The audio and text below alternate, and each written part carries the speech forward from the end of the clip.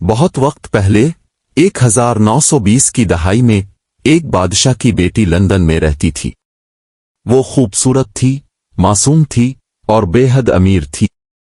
اسی شہر میں ایک غریب بوڑھے آدمی کا بیٹا بھی رہتا تھا، وہ سادہ، محنتی مگر دل سے بہت امیر۔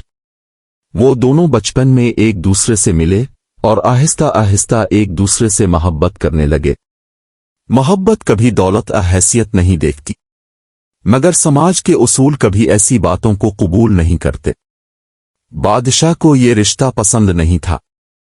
اس نے کئی بار اپنی بیٹی کو سمجھانے کی کوشش کی، مگر محبت کسی کی نہیں سنتی۔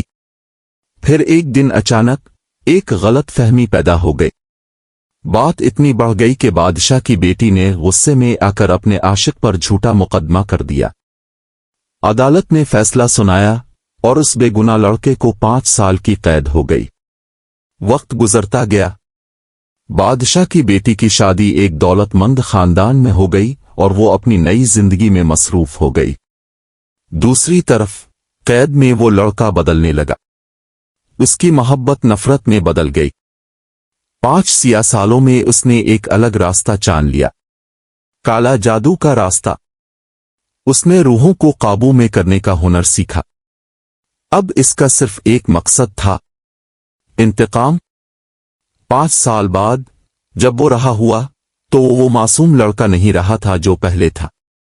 وہ ایک تانترک بن چکا تھا، ایک ایسا جادوگر جو روحوں کو اپنے قابو میں کر سکتا تھا۔ اس نے اپنی ساری طاقت اس لڑکی کی زندگی برباد کرنے میں لگا دی جس سے وہ کبھی محبت کرتا تھا۔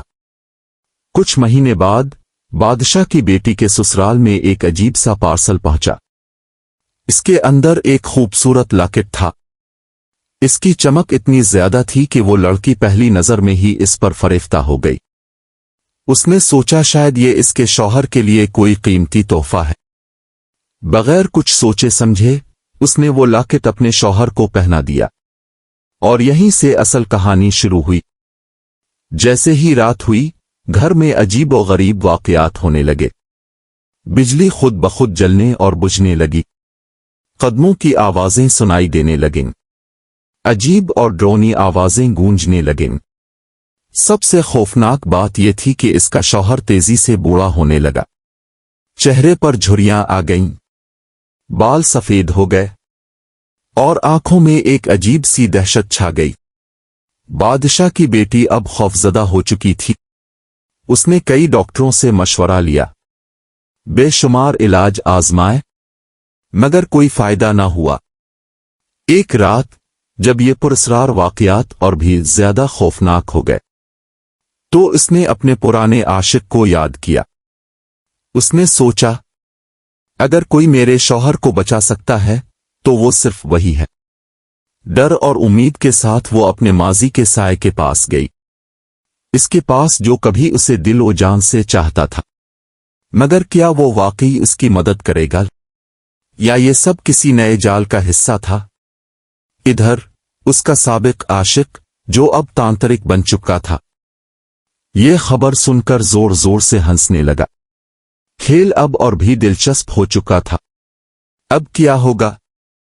کیا وہ واقعی اس لڑکی کے شوہر کو بچائے گا، یا پھر انتقام کی آگ اب بھی اس کے دل میں جل رہی ہے؟ یہ جاننے کے لیے دیکھتے رہیے ہماری اگلی قسط۔